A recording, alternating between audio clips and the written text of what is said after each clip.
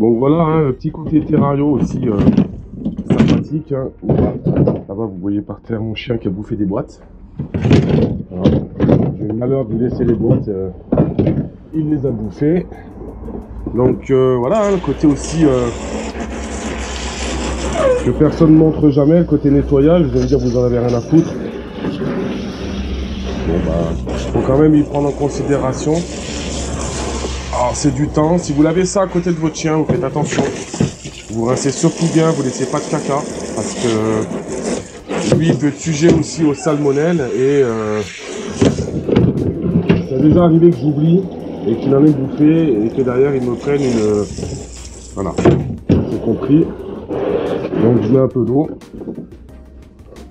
C'est comme d'habitude, je lave mes boîtes. Là, vu qu'ils partent en hibernation, comme vous avez vu dans la vidéo précédente, je fais mon nettoyage.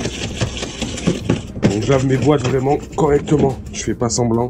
C'est pas juste un petit coup de nettoyage à la va-vite. C'est vraiment, je les passe de fond en comble.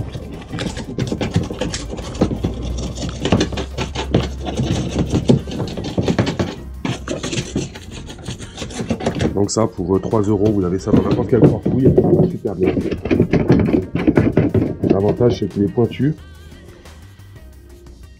et qu'il va bien dans les angles. Voilà. La vidéo qui va faire un max de pouces bleus à l'envers.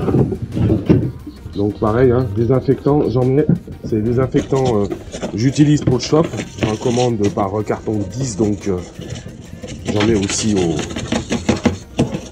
dans la pièce reptile avec le gel hydroalcoolique.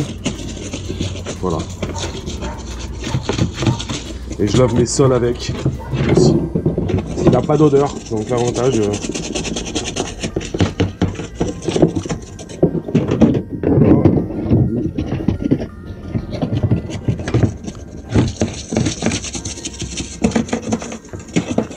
Alors pourquoi je pense que c'est le truc, c'est que c'est vraiment antibactérien.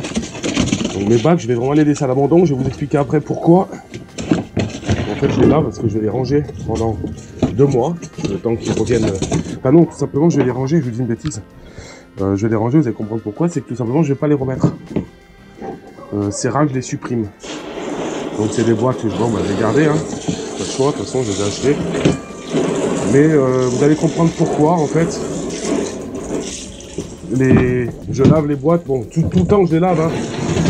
Mais là, un peu plus en profondeur, tout simplement parce que voilà, je ne vais pas les remettre. Et je vais vous montrer juste après pourquoi. Allez, je finis de rincer ça et je vous reprends dans 2 minutes.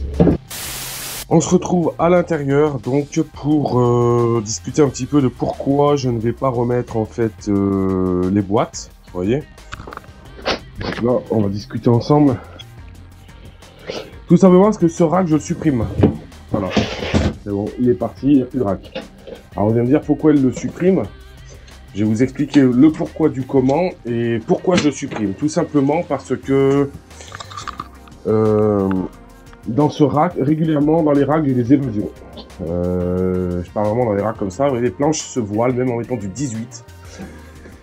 Les serpents arrivent quand même à passer et je ne veux pas ça. Donc ça n'arrive pas souvent, ça lui arriver une fois.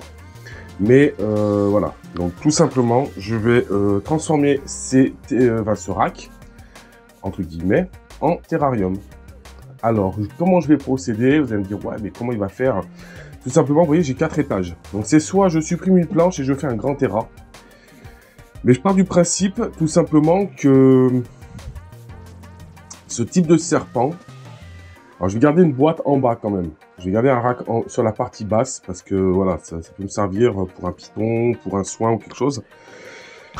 Les 3 autres, je les modifie, je les passe en terrarium. Donc je vais faire découper une planche, voilà, je vais faire ma découpe dedans, je vais fixer mes petites vitres, voilà, pas très larges, vraiment sur un tasseau.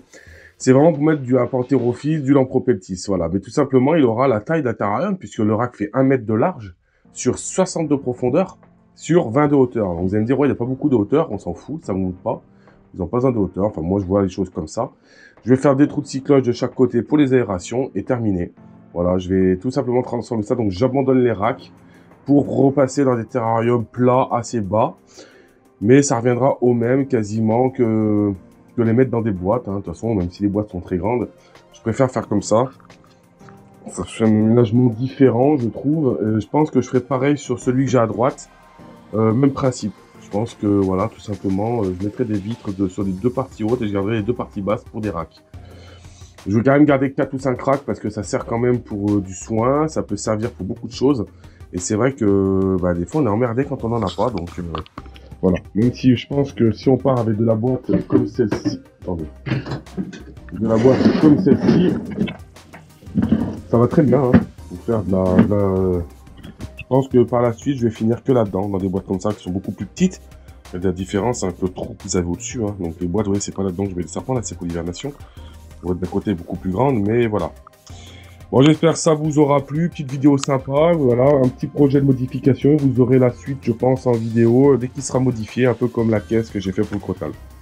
Allez, ciao, ciao!